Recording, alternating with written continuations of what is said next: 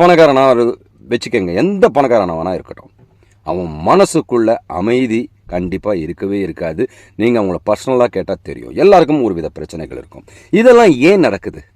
இந்த அளவுக்கு நம்ம ஏன் மாட்டணும்? நம்மளுடைய இந்திய சமுதாயம் பாரத தேசத்தில் அவ்வளோ பெரிய விஷயங்கள்லாம், வேதங்கள், உபனிஷத்துகள்னு, கதா காலட்சேபங்கள்னு நிறைய விஷயங்கள் நடந்துக்கிட்டு இருந்த காலத்தில் இந்த மாதிரிலாம் இல்லை.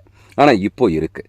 என்ன காரணம்னா, நம்ம எங்கே கோட்டை விட்டோம்னா, நாம் நம்மளுடைய அறிவு பசியை தீர்த்து கொள்வதற்கு தயாராக இருக்கிறோமே தவிர, அந்த அறிவு எதனால் உண்டானது, அதை அடைந்தால் நமக்கு எல்லாவற்றிலும் முழு திருப்தி அடையணுன்றதை நாம் நிச்சயமாக அதுக்கான வழியை தேடுறதே இல்லை. இப்போ கூட பாருங்கள், இந்த வீடியோவை நீங்கள் முழுசாக பார்க்க மாட்டீங்க, எனக்கு நல்லாவே தெரியும். ஏனென்றால் இது உங்களுக்கு போர் அடிக்கும்.